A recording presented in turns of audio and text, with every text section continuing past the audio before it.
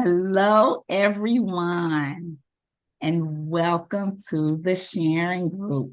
Today's lesson of A Course in Miracles is lesson 85, and we are reviewing two beautiful lessons, everyone. The first idea is one of my favorites. It says, "My grievances hide the light of the world in me." And the second one says, "My salvation comes from me. My salvation comes from me." And I'm going to read the content of the second lesson, y'all, because it is so indicative of today's guest. So it states, "Today I will recognize where my salvation is. It is in me because its source is there. It has not left its source, and so it cannot have left my mind. I will not look for it outside of myself.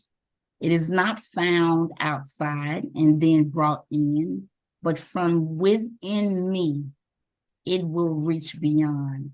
And everything I see will but reflect the light that shines in me and in itself." And how appropriate, everyone, is this lesson for my friend Steve Noack, who has visited the show before and shared his powerful near-death experience. If you have not seen that, please check it out. I'm going to post his first video in the description box so that you can see his incredible NDE. And he's here again, everyone, to share with us his experiences he's had since his last time he visited the show. Thank you so much, Steve, for joining us again. We cannot wait to hear about some of your amazing interactions with Spirit. Thank you. Well, thanks for having me. I will say it's always an expanding journey. You know, you're always expanding and you're going through layers and layers and layers as you expand. So I'm just happy to be here. Yes, I'm so excited to have you. So, Steve, we have so much to talk about. It is my understanding you have had some interactions with extraterrestrial beings, and I would love to hear about them. So can you just go into some of those experiences you've had? Sure. I'll give a quick brief rundown for any new viewers. I had my NDE at 4. I knew something different had happened when I thought about it and things, but I couldn't remember what. And between the ages of like 10 to 12, I started to remember sitting with a being of light, speaking with them. But I kind of tucked it away because, you know, I was already weird enough at that time. There was no good in bringing that out with it. So I tucked it away for many years until these beings returned. And then when they did return, it was supernatural and it just was nonstop for a while. And I questioned my sanity, but I realized there was more to this as I connected more of my understanding with what I experienced. And these beings returned just as they told me they would during my experience for basically this time period of evolution for humanity. I was basically a retail store manager at the time, and I'm having surgery on my elbow, and I'm getting very anxious and I'm getting ready to get up. And that's when this voice says to me, "Stephen, put your head down. Everything is going to be fine." And it wasn't just a voice. It was a thick, but warm energy that started at my feet and went all the way around my body and literally sat me down. And then that's when the voice said, "Stephen, put your head down. Everything's going to be all right." And this was the same voice I recognized from my experience at 4 that we covered in the first one. And when that recollection came together, wow, that was that voice. It was like something opened in me. And then it was visions and feeling energies. a lot of supernatural experiences, eventually leading to me questioning my sanity and all that good stuff. But these beings showing up in my room, and I could immediately feel them. I mean, their energy was so strong, you could tell the whole room changed just by how you feel in your chest. If anybody's walked into a crowded room and then walked outside, you kind of know what I mean. Um, so these beings come in. I could feel they were there. They began speaking to me, and their speech was very clear. They weren't like spirits, because at that time I was kind of awakening to some of that as well. I was just like, my sensitivity was all over the place. So they were crystal clear. Said they were from the Galactic Federation of Light, that I was part of a divine council, and that I was here to help humanity evolve. And I'm like, yeah, okay, bub, you can leave now. And I was eating a bowl of Cheerios at the time, ironically enough. But you'll know why I say that in a minute. So they spoke about ascension being the evolution, uh, the Christ returning within us, but that I was going to understand it a little differently as a singularity, they called it. And they downloaded some information into me, because that's kind of a lot of how they worked. It was just like, bam, information. And it explains a lot of my awakening, how I knew all these things that I couldn't have known, et cetera, et cetera. So I tell them to leave. They do. And I had no idea at the time about any of this. I had never heard of any of this stuff in my life. Um, they explained that they were high density beings, the same beings that visited me during my NDE, the same beings that we would understand to be angelic. Um, so they left.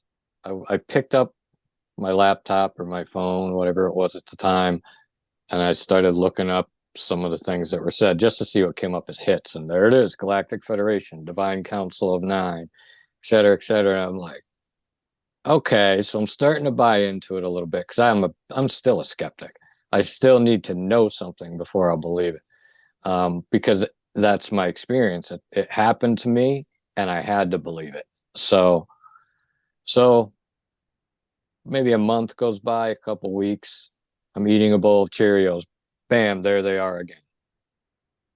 So, like, what is it with Cheerios? Is it the shape? What's going on? So they spoke more about me um, needing to start to address my own trauma and my nervous system, and to purify any lower data, any lower embodiments, any lower energies within myself, so the light could flow through.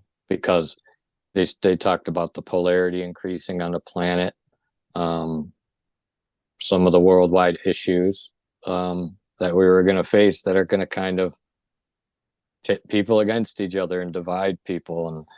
And they told me about the dark programs and the programs to divide people from their identity, so that they can be harvested of quantum energy, things like that. They a little bit at that time, and then they kind of left.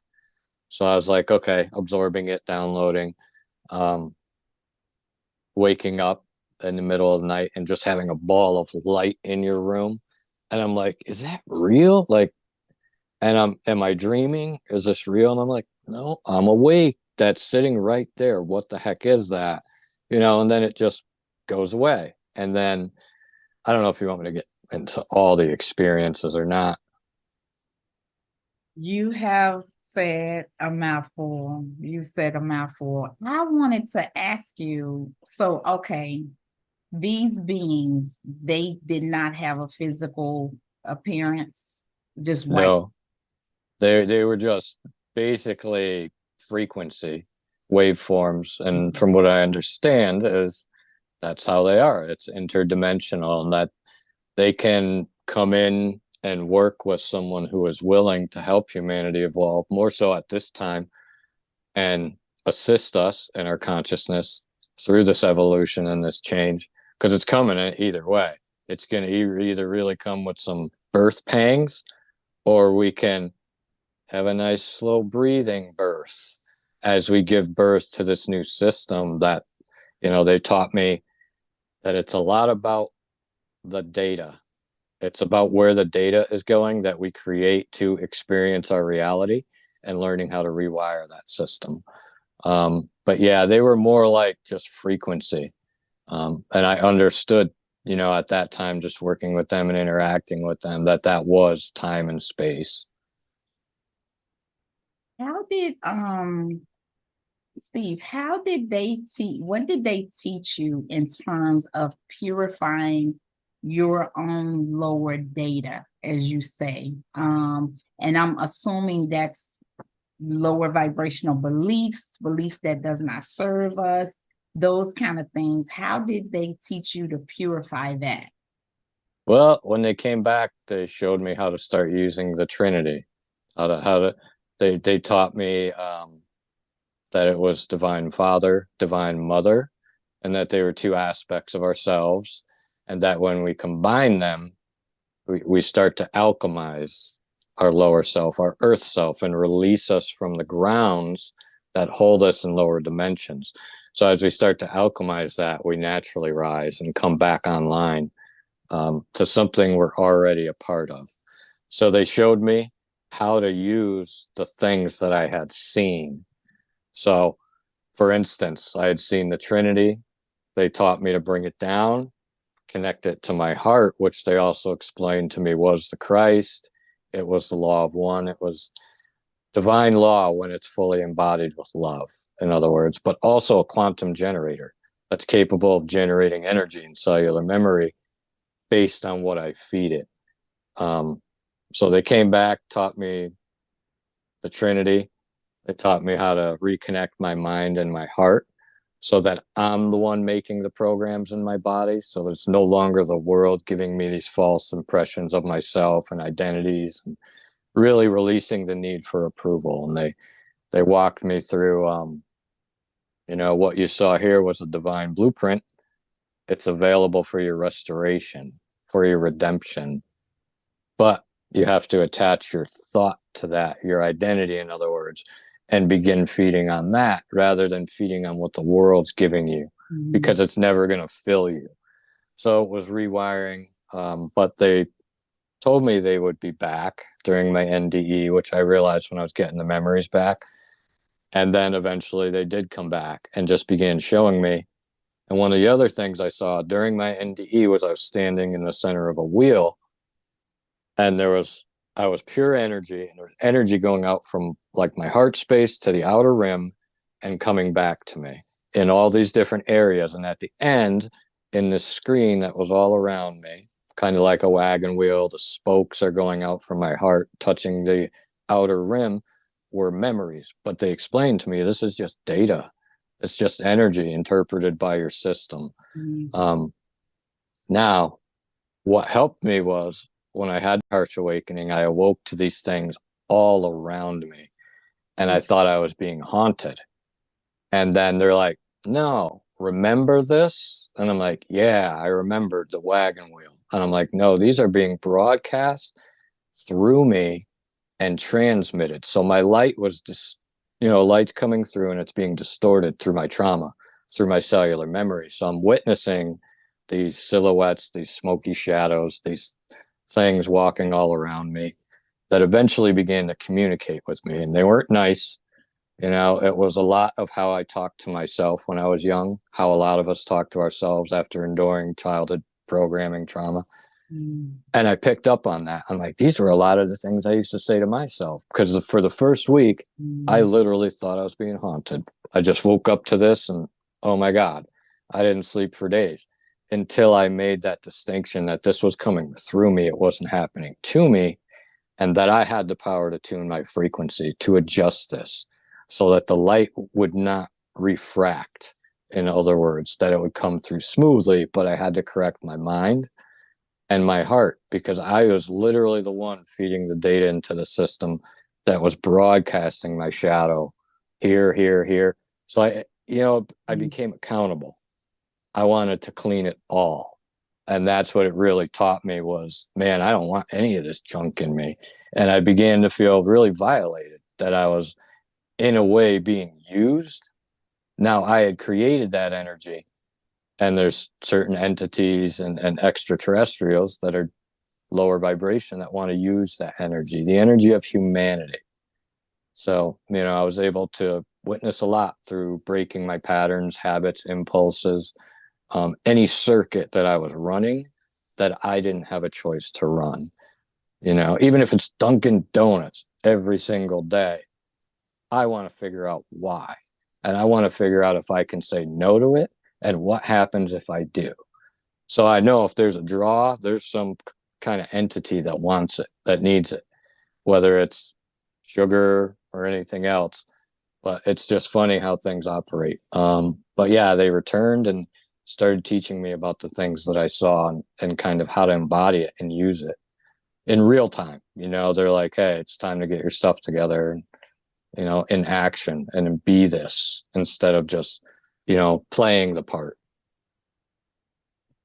Wow, Steve. Wow. So first of all, we talk about programming a lot, and I never thought about it in terms, I just never thought about it in those terms that you've just spoken about it, but it literally is like a computer programming. So you're basically saying that the things that we've experienced, mainly through childhood, right, throughout our lives, that feed into a program to disconnect us from the essence of who we really are,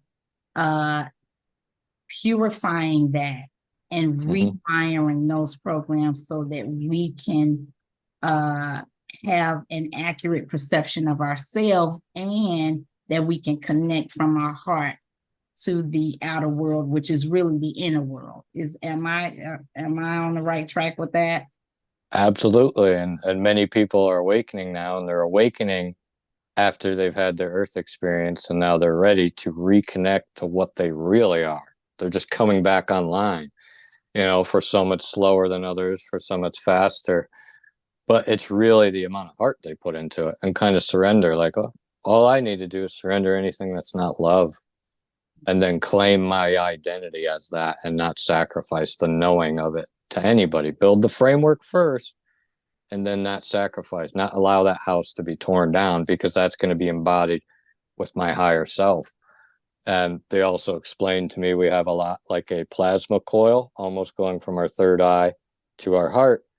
And whatever we feed it as a thought, based on the frequency, it's going to create the cellular memory and the embodiment of it. So I can literally create my identity and no longer allow the world to do it for me. I'm not a worker, father, brother, husband, mother, sister.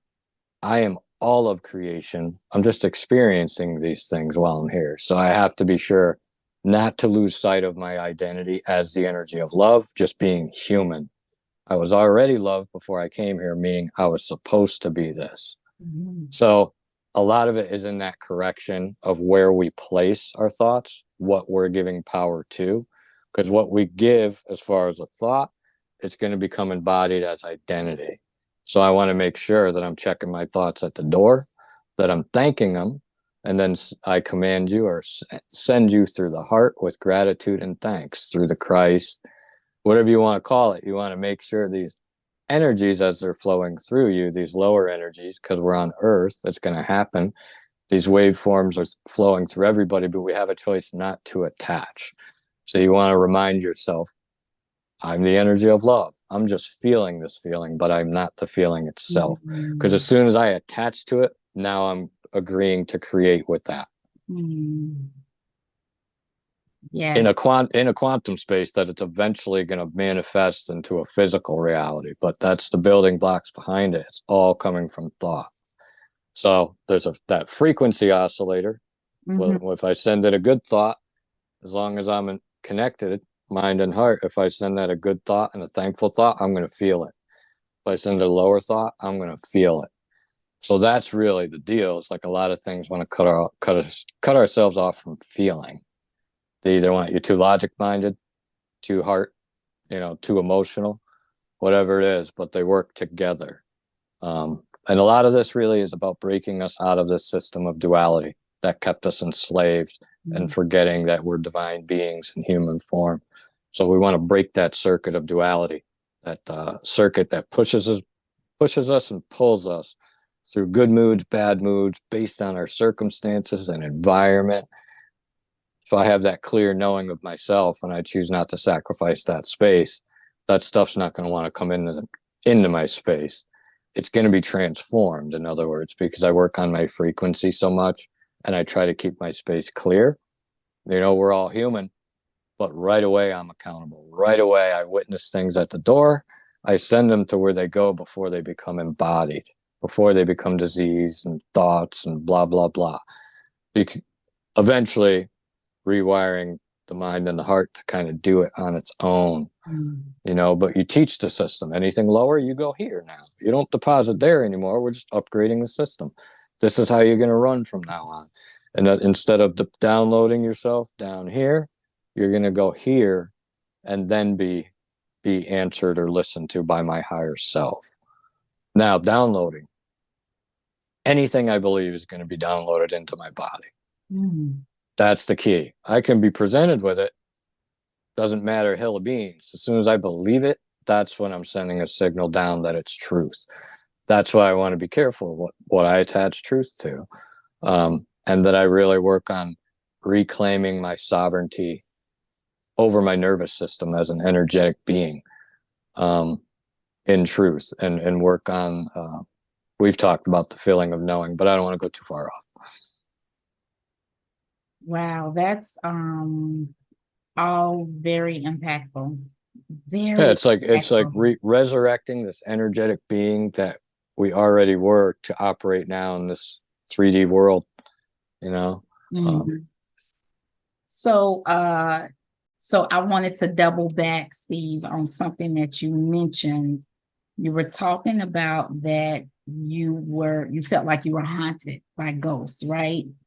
And you realized that the ghosts were a reflection of your own consciousness and your own vibration, right? Projecting, which is exactly what we've been talking about on this channel, where everyone is realizing that what we're experiencing in the outer world is actually coming from within. But you recognize that, wait a minute, these ghosts are a part, they're me. They were just distortions of light, and I just was lucky enough to witness it in order to understand it, and also to understand how much stuff is being transmitted by other people and broadcasted by them, basically on a quantum level. And man, you know how much better people feel after getting all that energy back that they spent and that they gave away to other people. Yeah, that's incredible. Steve, can you tell us how you purify the lower data? I know you spoke about an arc that you create. Can you do that? Well, I really do it through feeling, and I kind of generate up. You can. It's really easy to generate thankfulness or an experience where you felt love, non-attached to a person.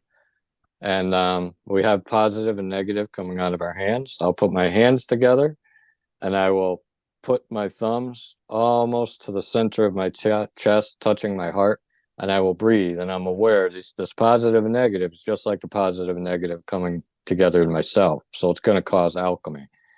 So what I do is put my hands together, I breathe. And when I breathe, I'm breathing up the energy of Divine Mother. Then I ask Spirit to come down and meet with that. I give thanks. And then I ask basically the Christ or love to expand within my heart and surround me.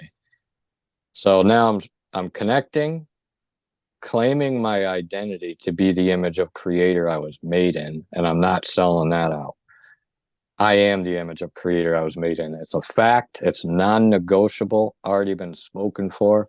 Even if I need to witness myself reading it out of a science book as I'm saying it. So I connect with the three, which I was, told you'll make the three one.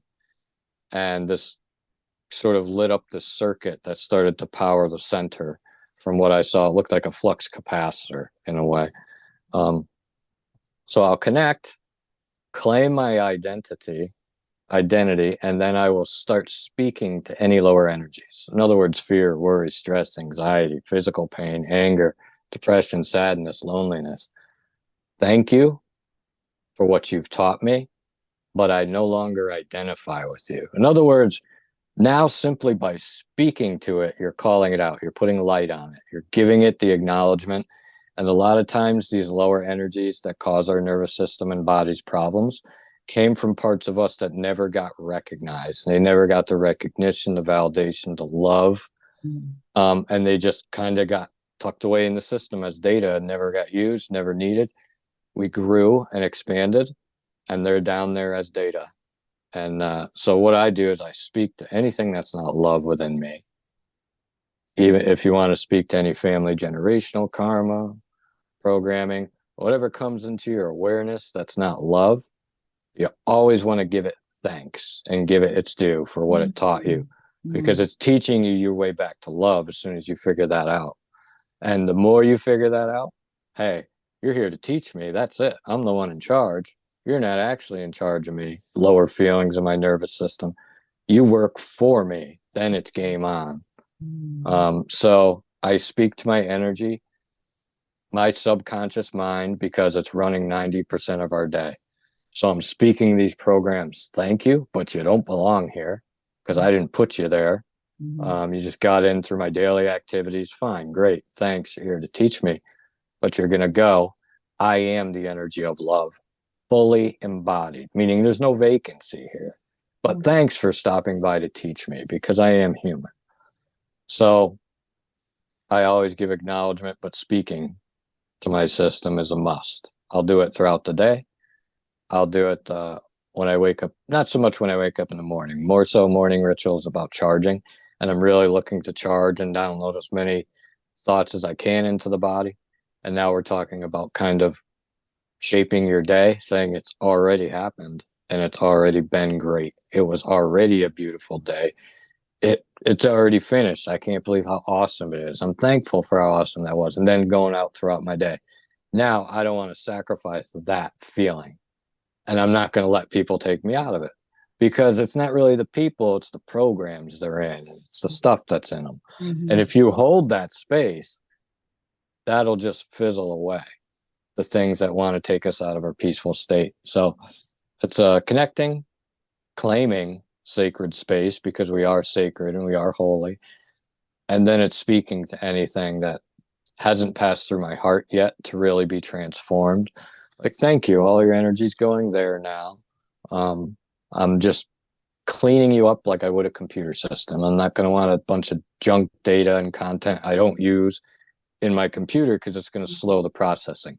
Same thing when we try to form signals in our system. I love that you program your day in the morning. I love that so you in the morning, you already set that intention and you speak as if it is already done. Right. So then when I come across, people come across lower situations and circumstances, we're all human, then it not as much of me is knocked. Okay. I'm like, okay, we can handle this now. As if I weren't doing that, I'd be frustrated. I'd be angry. I'd be irritated. So I'm keeping my system full. And Steve, you speak to not only low vibrational thoughts and beliefs that come up or emotions, you also speak to illness. You speak to anything that does not serve you and say, thank you for being here. I've learned from you, but you do not belong here. Right, because we don't have to have these energies get deposited in our system, think about them for days, weeks at a time. We can have them cycle out very quickly through the heart, intuitively with the higher self and discerned. I'll speak right to that dog poop on the shoe. Thanks for stopping by, but you don't belong here anymore. No, but really, you want to speak to all your illnesses just like you were to give them an identity, because it puts them in the spotlight. All right, pal, my fight is not with the world. My fight is with you. My fight is with my childhood trauma. My fight is with this programming that keeps me feeling undeserving and unloved, because I wouldn't want anybody to I wouldn't let anybody make me feel like that in the real world. Why am I letting my own nervous system do this? Why am I letting this darkness or whatever I happen to be going through at this time tell me these things? Because I should be looking at lower voices, lower inner critics as a violation to my sacred space, just like I would a robber in my house. It's just that we're not taught how important and precious our sacred energy is. We're going to experience our whole life through this space, and it's being violated in a large part from mankind, you know. Wow. It's being violated by the harvesting, not so much our creations. It's the harvesting of the energy we're creating. And these lower entities want us to stay in these patterns where we never wake up, we never become aware. So, Steve, one of the things that you said, you talked about that even our cravings for sugar is a program. What do you mean by that? I would really classify, and this was years of going after my own subconscious mind, any impulse, any habit, any pattern, any urge that just pops up, that pulls me into it. You know, you get those late night sugar cravings. Mm-hmm. Fine, I'm human. No worries. I'm going to experience this for a little bit, but I will not let it form a pattern within me. It will not string me along for days and weeks, because then there's a construct happening in there that I'm not in control of, put it that way, but that is also becoming a bigger driving force towards my unhealthiness eventually. Mm-hmm. But yeah, I'll taste being human. But I will not let you patternize within my conscious to run me on some kind of circuit like a little boll weevil or something. That is so true, so true, so true, and so synchronistic. Then I just become a piece of data that's getting pushed and pulled around. Yeah. I'm just this NPC now. No, I have free will, man. So the cravings for sugar, of course, is another. It's like you said, it's a pattern. It's a program. I would say any real craving to repeat an action, any craving to repeat an action, whether it's for a food, whether it's for an act, or whatever it is, there's a harvest occurring if there's a pattern behind it. So it can be, sugar, it can be junk food. A lot of our food is low vibrational right now. I think most of us know that. But it's a repetition. Nobody's going to be overtaken overnight.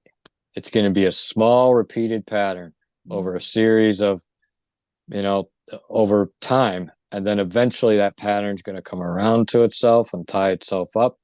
And you're going to have a bigger problem in there, whether it's physical illness or disease or mental illness. But wow. Yes. Yeah. All that you said. All that you said. I'm aware of every single signal that I give rise to, and I'll experience you for a little bit. I'm allowed to be human. I was supposed to be human, but I will not let you run me.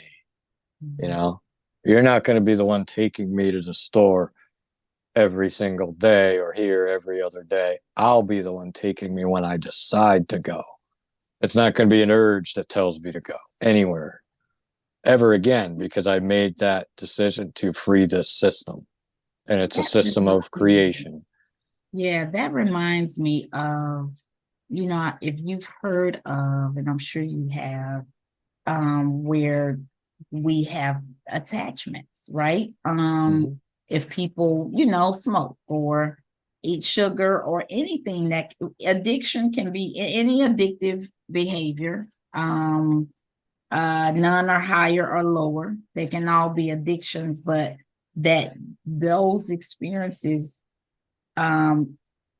souls who have not left the earth plane, who would want to continue to experience something like smoking a cigarette, will Hmm. actually attach to us. Have you heard of that? And what are your thoughts on that? Yeah, there's different kind of like disembodied humans. There's non-human entities. There's more ET galactic based entities. But for sure, for a large part, a lot of the lower, even disembodied humans, but not as much as like the ETs, want to experience some part of that physical sensation. That's what they're after, that physical sensation. They were never, uh, I won't say the humans, they had it. They just miss it and don't realize they're fractured and need to find themselves again, just like we do when we're living. Same deal. If I'm not in touch with myself when I'm living, I won't be in touch with myself when I'm past. But as far as the lower ETs, yeah, they want to hijack the experience and have it, you know? And I'm glad you said that. I felt guided to make sure we are clear that there are many high vibrational extraterrestrial beings who are actually assisting us in our ascension process. But just like humans, there are also lower ones. But that doesn't mean that people or the collective should be afraid, right? Yeah, absolutely not. If you're doing your work, there's nothing to fear. The fear comes from your lack of identity. Mm. So if you're having fear, then look at your lack of identity and start to work on that. I love your level of tenacity um, in fighting or maintaining your light. I love how tenacious you are in maintaining the light that you are and not allowing anything else in other than that. And that is pretty much a mission that we should all have, right? It's that serious because, like you said, Oh, yeah. you I'm live like game on with everybody. It doesn't matter who you are. If you got stuff in you and you want to try to bring it out around me, I'll call you on it and I'll tell you what it is because I'm not going to hide stuff to make people feel comfortable. I won't play games with their entities, in other words. You're going to have to put that away or do something with it before you enter my space. So I'm that vigilant because I've gone through so much darkness, so much pain, so much rage and suicidal stuff and overdose and almost dying. I don't know how many times. I'm done with my education from the lower energy. So it knows once it steps in here, you're done. You've had it. Because I will form that knowing that I'm a sovereign being. And just in that signal of knowing myself as sovereign, I start to vibrate as sovereign, and they're not going to be able to go there. These lower energies become unsustainable because through my NDE, when I touched that world that I would think to be heaven, and I knew everything was one, and only love could exist there and nothing else could get in or vibrate at the same frequency, I knew that I was that. And if I could make myself that in my belief and my knowing, then I'm free. I love how you have recognized that any issues that you're having, it's not the people, it's the programming within the people. Right. Because it's all Um, source, right? It's just all light coming through and it's getting refracted and distorted and then played out. right. That helps keep it's not personal. It's not that person. We are all God. We are all light. We are all source, like you said. It's just Yeah. they're still having those programs being run within them. Yeah. And people want to understand that, it's all source, it's all creator. You're the main character of this love story between yourself and creation. That love is literally everywhere. Just work on opening your heart to creation itself. You don't have to necessarily do that with people because I didn't. It came with creator first. And then I was able to witness. The more I thought of myself as all of creation and a sovereign being, the more I was able to witness things rather than needing to be in them, having that micro focused nervous system. As long as I kept recognizing myself as I'm all of creation, what am I worried about? You know? And instead of allowing, again, unsubscribing to the identities the world gave you, because they're not complete, they're not full, they're not whole, and they won't ever fill you. They will leave a gap for you to be harvested and pounded into the ground mentally. if you're allowing the world to define you. I've heard you say, Steve, that we have a sun portal in our hearts. What does that mean? What does that mean? Well, what I was shown by bringing this Trinity together, this divine Father, divine Mother, and Son, was that these energies started to spin around each other and create what's known as a singularity, which happen more often than people think. But we know them to be as black holes, for lack of a better term, but it's opening a vacuum space for energy to be transformed, basically. And it's a portal to the heart of the universe. And we're all connected to the heart of the universe. And everything we do is going to be stored there. And we're all going to watch it again. So make a good comedy. That's all I can tell you. But yeah, there's a portal in each and every person's heart to the divine. Actually a portal, I would say, to both worlds, depending on what we feed and embody within ourselves. I've heard that during your healing sessions that you do with clients, you have had extraterrestrials come in and do work on the client. Tell us about that.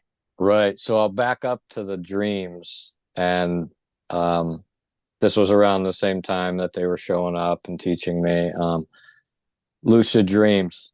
I mean, I would go to bed, I would wake up in a complete sweat after, but I knew I was there. I was that aware, and I would be in a different part of the ship, and they'd be like weeks apart. I'd dream next month, I'd be in another area, but it's the same ship, same white smooth surfaces. Everybody's wearing a white suit. I'm bald. Any humanoid people are bald, no hair. There was one time where I was in the medical bay, and I believe that was the first one, and I think I had to go there first. And I'm still not sure it wasn't real. You know what I mean? So other times being in this other bay, or this almost birthing area, where there were pods, and there were children in the pods, but they were older than you would say. They weren't infants or anything. They were like between the ages of probably like 2 and 7, if I had to guess. But when I walked by them, I could feel this energy radiating, and it was just intelligence. That's the first thing that hit me, was how intelligent these children were, and that they were being sent here to help humanity. So whether this was the type of matrix thing, I don't know, but I do have memories of logging in. I have memories of standing at a console, as well as the incident where I was sitting out in my lawn chair, and I'm just like, watching the stars or whatever, and I'm pulled right out of my body. I mean, in an instant, I just felt this lifting, and I couldn't feel the chair anymore. Couldn't even feel the chair I was sitting in. It was that light. And then that's when these beings came and started giving me more information. I'm not sure exactly what at the time, but a lot of it relating to the quantum and the human design, and releasing ourselves from this kind of circle, if you will, this circus. So I forgot your question. What was the question? Oh, you asked about the ETs. Yeah, and when they would help on some of your sessions. Yeah. Okay. So I covered some of the things that I experienced, the dreams and things, and I knew I was this energy playing the character, coming into it. So healing sessions, I would have these different beings show up, and they look different than the Arcturians that I was able to eventually see one day with my mind's eye. They were cool.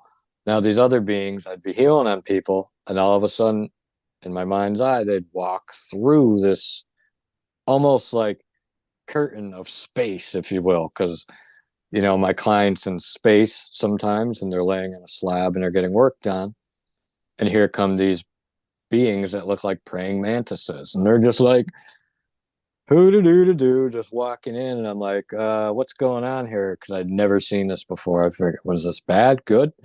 They just went around the person, worked on them like they were a medical team.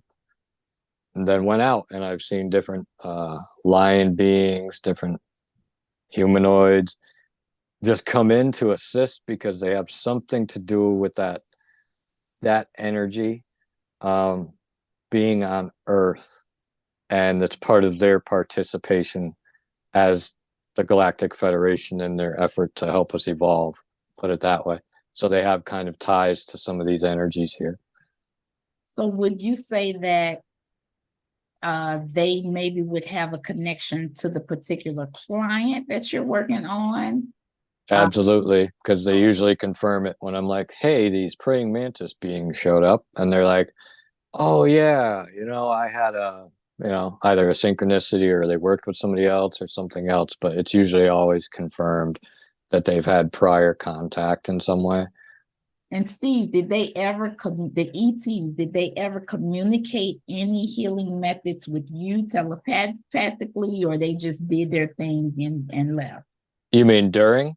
During. Yeah, they'll direct me. They'll send me images, like they'll show me someone's back, and then I know, okay, I'm gonna focus on the back. They'll show me to go, like they'll show me someone's abdomen again, and then a lot of times I'll just hear some things, see some visions. But the most interesting thing is I've had clients see words just go right across their forehead. One of them's like, I saw the word Christ light. I saw this other word, and it was like programming, and it was things being spoken into their system to make this data come together and then leave, because the data is so spread out, the cellular memory.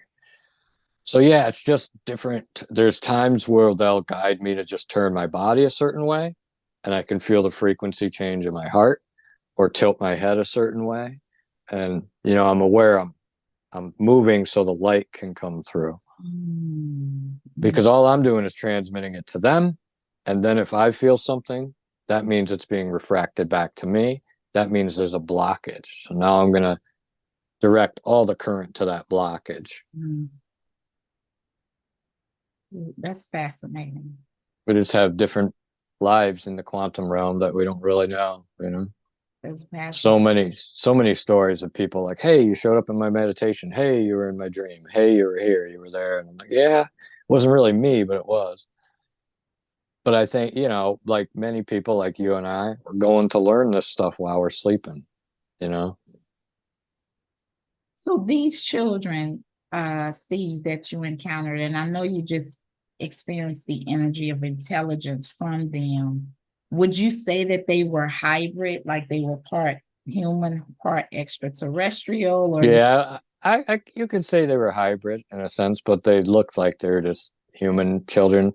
I couldn't really see their face though, because they were kind of like almost like fetal position, in just these almost like standalone capsule.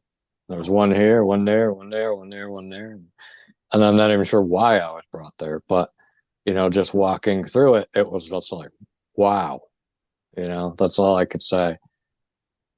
do you think that they were planning to for them to some kind of way physically come on Earth? Not sure, Have to no be honest with idea. you. Wow, No idea.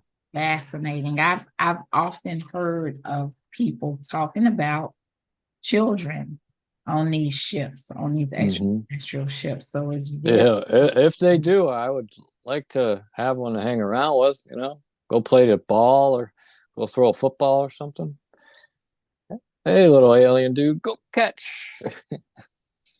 So, Steve, you have mentioned to me that we are creating our own deluxe version of Sims here.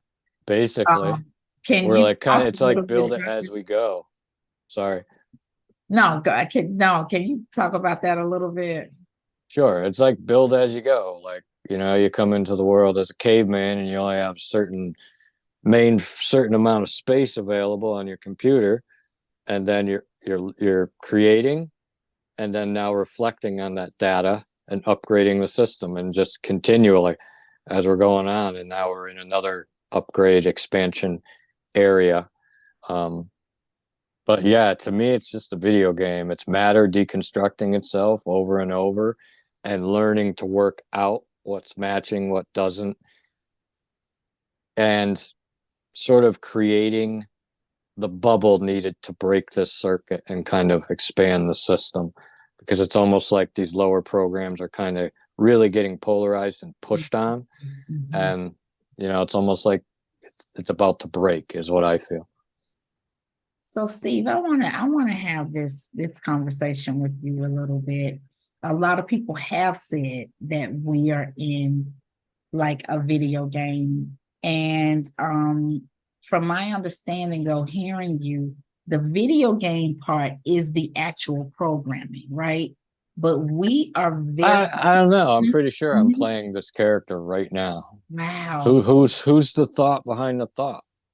Where does my thought come from? Do I just Right. create it myself? Come on. No, I'm very positive I'm the one playing the character right now.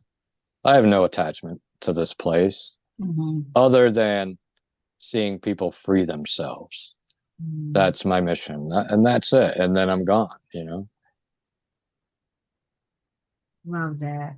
Because it puts us in the energy of being able to being the orchestrators of our life, right? A lot of people have victim consciousness, right? That things Mm-hmm. are happening to them. But if you look at it like that, you're able to recognize, of course, we're not our bodies, right? And we are the person behind the computer Yeah. If that your thoughts create uh feelings, and your feelings create identity, then you are responsible for creating your own identity, no matter what is put in your system. A lot of it, the things we go through, is put in our system to teach us how to grow, because without contrast or something to reflect on, there is no growth. There's no reason, no expansion. um but yeah. talk about, Steve, expound on your statement that we are angels that were sent to the earth plane. Yeah, I believe a lot of us that are here, that are waking up now, um are the angelic beings that were sent here to, but not as a punishment. They needed two energies to kind of hold humanity together. And then, we're waking up and guiding them out of that system and just upgrading this system. So that's what I mean by no personal attachment. To me, it's energy, data, system. I'm still going to be the same energy when I leave. In fact, I've restored myself, so I know where I'm going when I'm finished. You know, already know, as the energy of love, that my trajectory will be correct. And so if I lose that energy, if I lose that resonance of love, then your trajectory, when you quantum leap, it's off. You're Mm. not going to land in the right timeline, put it that way. I've heard you talk about our service to the elderly is serving the creator, which Mm-hmm. I absolutely love that. What do you mean by that? It's service. Well, I got so much out of that. Those 8 years, once I had to leave my job as a retail store manager when I got too sensitive, and I could start to hear people's thoughts and feel their hunger, and I couldn't control what was going on. So I gave myself into senior care, and I don't even really know why. It was almost like something touched me, and I felt it in my heart. And I remembered what my grandfather went through, and I kind of thought, hey, maybe I can help in a way, because I felt like maybe I should have been there for him, and maybe we should have had a better relationship. So that started that, and I learned throughout that service. And there were many days I complained and I was unhappy, but I realized I wouldn't be able to move anywhere else until I became thankful where I was, because Mm. I had to come back into the center to move forward. So there's no way we're going to move out of where we are in lower energy. So I learned first Mm. how to be thankful for where I was. Then this taught me, okay, as I'm serving these people who have Alzheimer's and dementia, I'm the one responsible for feeding them, giving them their medicine or not, Mm. handling their finances, taking care of them, really giving them shower, cleaning them. As I'm doing this, I'm able to witness the completeness of my action in accordance with my heart in Wow. real time. Wow. Now, the completeness of my action is going to be measured on what I'm holding inside me. That's going to be the effort in the heart I give. Now, as soon as I wasn't giving what I usually should or what I normally would, I realized there was lower data in me instantly. There's something in me that needs to come out. Thank you. I'd go to nature, my process, and I'd return. And I slowly learned this visit from density to light, density to light, density to light until they became shorter and shorter and became one. And it was largely through that service to helpless human beings when nobody else was around that I was able to witness my true character and see it and then say, no, that's who I am. So and so's wrong, you're wrong, you're wrong, and you're wrong. It's what creator thinks. I am this person. Oh, So that is right there. When you just said that, that just opened something up in my heart. That's beautiful. So during that, when you were serving the elderly, you were able to experience and validate to yourself that which you are beyond the names that you've been called and the conditioning into smallness that you experience. You were able to see in real time the light that and the love that we all are. That is, I love that. yeah, and the strange part was I lost my grandparents pretty young, and it was like all of a sudden I found all these grandparents, and it was all source, all teaching me in that way again. It's like wow. When I look back at the fact that I was able to do that and form those relationships, that means more to me than anything. It's the relationships and the love. That's the goal. And these people taught me how to love.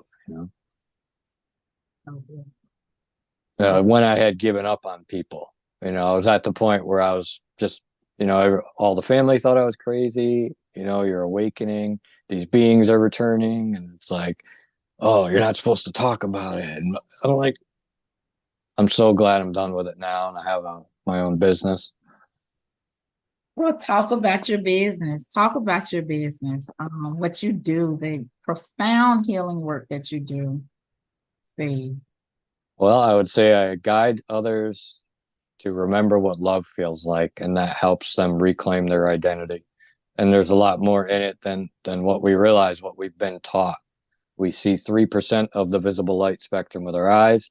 There's another 97% of ourselves left to explore. So I help people, I guide them to release lower trauma and download or embody that higher self. We really help connect people with their heart and open their heart. And I can do it from anywhere and do it with my mind and my heart, but it leads to, beautiful things I've seen, healings in people and things. And when I hear some of the stories, I'm like, wow, that's pretty awesome. And I get psyched like a little kid because I don't know what to expect. I'm just trying to hold this resonance and allow that to flow to the person and help them release. And then, whatever happens. It's all divinely guided. But it's definitely a system that I've developed with these beings that were there during my NDE and there later. And what's very interesting is I just got back from North Carolina a couple months ago, and I was able to speak at a conference right before. You ever hear Chris Bledsoe? Mm-hmm. Yep, right before him. And he also mentioned the Trinity and saw a triangle on the being's chest that he met, the extraterrestrials that literally came out of the crafts, the lights that he saw. So it's all revolving around the Trinity. And he mentioned, Holy Spirit, Father, Mother. Beautiful. It's profound. This is profound. I love it. And everyone, I've received the healing from Steve, and he literally is able to connect with you energetically and recognize where the blocks are. And what I love about Steve's work is he gives you the language to pretty much, as he talks about, put those lower energies in their place, reassert that which we are, and say, We're "Now we're a belong to lot you." like a device, and I like to treat myself like, okay, I'm having a sacred experience. It's beautiful. I'm full of love, but I'm also going to maintain my device. You know, this data needs to go somewhere. It's not going to go in my body and cause me pain anymore. I've already learned that lesson, you know. And I'll say, it's not really me that does the healing. It's the people that are agreeing. Absolutely. Absolutely. I always say people create the space for us to heal ourselves, for people to heal themselves. Mm-hmm. Creating that space and providing that guidance, but we all do the work. We all. Yeah, and I allow that light to go from me to them, and we start to circuit together. And you know, when it's with good intention, you know, we just connect and vibrate together. I had one guy; he was just a regular guy. He was a school teacher somewhere, and he's like, he after the session, he's like, my stomach was spasming, and I'm like, yeah, I know, because it's just coming. There's so much current that we're not used to of life force energy that's coming through, and it's meeting with the blocks, and it's causing spasms. But yeah, some of the stories, like, it's beautiful just to do it and hear it and witness it. Steve, talk about your group, the group work that you do. I know you do, some, is Mm-hmm. it group healing or? Yeah, I host groups. I try to do it every month. I try to do it like the third Monday of every month. I'm starting to catch up now because I had that vacation and travel. But I open it to everybody, even if they can't afford it. If they can, great, make a donation. It helps me keep doing what I'm doing. If they can't, everybody's welcome. And that's why I created it, because you have people who can't afford it, or you have people that just want to pop in and they're not really sure about it. And they don't want to, book a whole session. Everybody's welcome at the group sessions. And I put the link up on my website, and you go there and you fill out the calendar. But what we do is we get together, and there's a lot of clients that I work with regularly, a lot of new people mixing in and out. But the last one, yeah, the woman's like, man, I could feel like magnets just opening me up. It felt like pulling from each side. And I believe we had a great group dynamic that time. And I think we can definitely circuit together as a one when more people are in line with their mind and their heart with the same intention. So yeah, I created those to kind of reach more people. I was like, all of a sudden I filled up, and I'm like, wow, I had to figure out what to do at my job. I had to figure all this other stuff out. So I'm like, hey, let's make a group session so that I can get everybody in. One month there's 70 people in there. Wow. And I'm like, how does that even happen? Plus my regular schedule, which was probably 6 clients a day for 7 days a week. So now it's starting to kind of wind down a little bit. But yeah, I love group sessions because it's just a different atmosphere. What do you do to refuel? What do you do to refuel, Steve? To refuel, well, Yeah. I make sure I don't take too much crappy data or content into my system. I don't allow that anymore. But I go into nature. I drink a lot of water. I try to watch what I eat and what I drink. I don't drink alcohol. Um, Nature for me is it. Like today, I had clients all day till like 3 in the afternoon. And I knew my system was like nature, nature, nature. So I had to get out and feel what was real. As soon as I'm in nature and I'm walking, it's like I'm home, you know? So it'll be nature. It'll be doing things I used to love as like a kid, like having these Marvel movies and these superheroes. Like, oh my God, I've waited for this since I was a kid. But so I'll visit things that make me feel those light vibrations, and I'll build on them, and I won't take myself down with lower thoughts too much. And I kind of keep a steady balance. Now, if I get knocked off, then I'm usually salt bathing, nature later, really aggressively speaking to my system, things like that. I'll take it up a notch. Very nice. Do you work with crystals at all? Do you? Yes. Okay. Yep. I work with crystals. I work with all kinds of interesting stuff. Some could be the clothing of actual saints. Wow. You said that like you got a secret. We'll have to talk about that later. Yeah, you'll have to catch me off camera there. Yeah. So Steve, okay, I'm gonna ask you this, and then we can close out. What is your relationship with trees? With What? trees? Yes. What does trees do for you? Oh gosh, they make me feel like I'm one of them. And Mhm. it's like they all have their own personalities, and sometimes you can notice different grouping of trees having their like family personality and stuff like that. But if you breathe and you're still, you can feel their signal, and you touch them and I can feel the bubbling and the movement and the kind of like the lightning happening in my heart. Mhm. So not all of them. Some trees are, a little grumpy. Mhm. Some Yeah. trees can be like, and you can feel the difference in energy too if they're, having a hard time or whatnot. But again, it's all the energy of source just Mhm. being displayed in different ways. But Mhm. I believe they're definitely intelligent. Nature's definitely intelligent. Yeah. Yes, it's us who have to catch up. Mm-hmm. Yeah. So, Steve, as if you hadn't said enough, are there any words of wisdom that you would like to, or anything that you hadn't talked about that you would like to share with the audience? Is there anything I would like to share with the audience? I will I will say love is coming sooner or later for you. And it's probably a good idea to allow yourself to experience it now and to open your heart and to connect to the feeling of it because it's everywhere. It doesn't have to be felt through a certain person. I don't have to go out and get a relationship for it. Eventually it's coming. And that's a lot of what we're feeling on the planet now because every time that increases, darkness increases. And it's going to burst like a bubble eventually, and the light's going to overcome the darkness, just as it does within us that I witness in my healing sessions. When that light is coming in and overcomes, and the people tell me for the first time, oh, I feel alive. I can feel joy. I can feel this because they were so clouded and blocked up and put in bondage. So I will say, do yourself a favor and let love in now and find those sources of it that are all around you.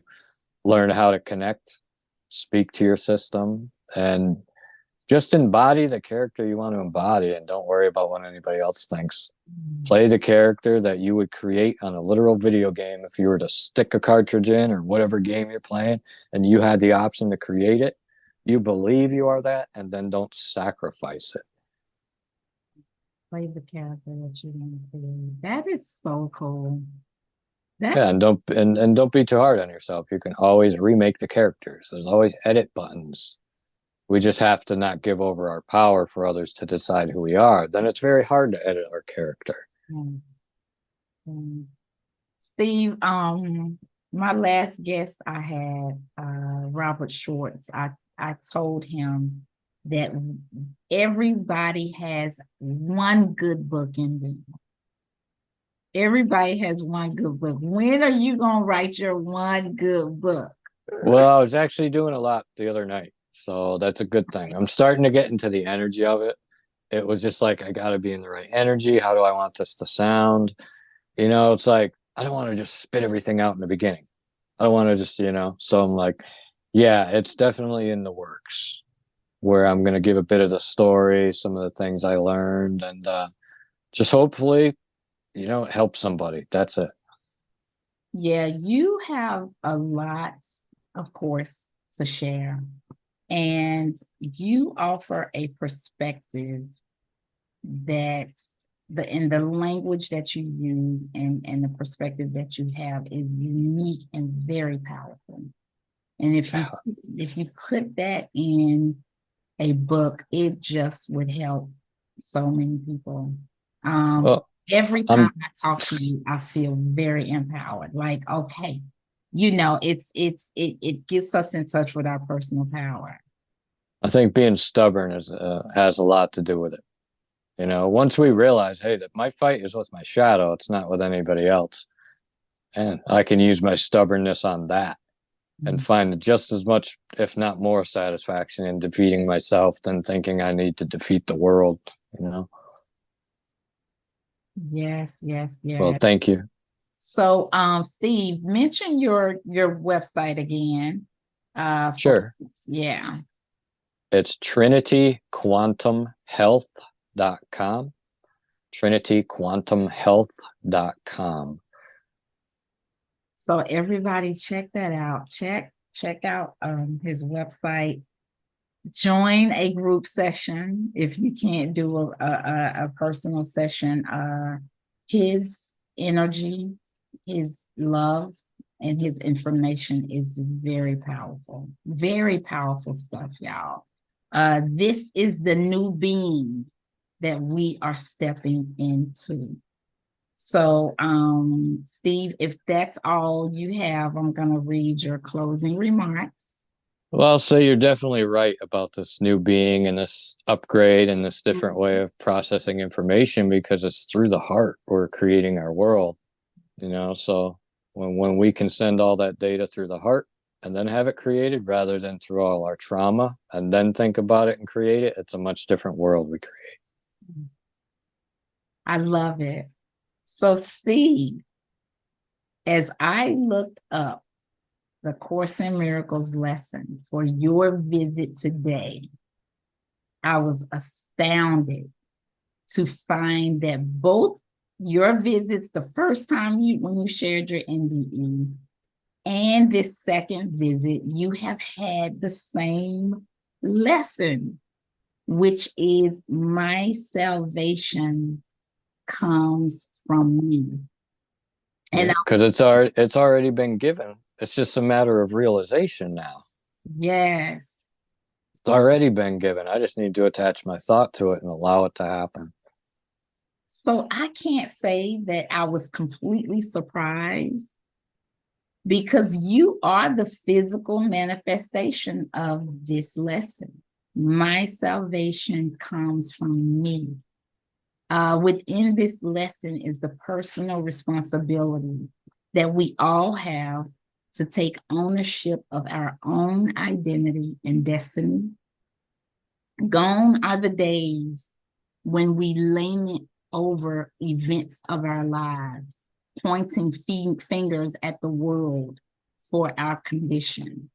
Now is the time for us to recognize that everything is happening for us and not to us.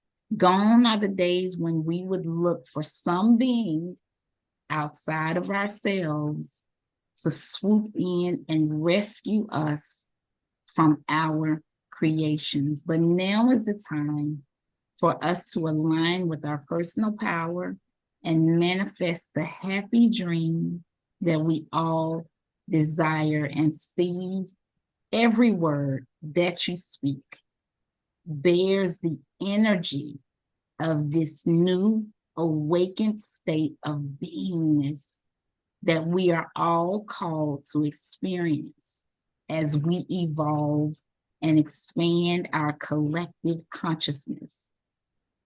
Your knowing yourself as a fractal of divine creator is evident as you share your profound truth in such a clear and matter-of-fact way. It is not a matter of belief for you, Steve, but a knowing so deep, so evident in your experiences that there is no more need for belief.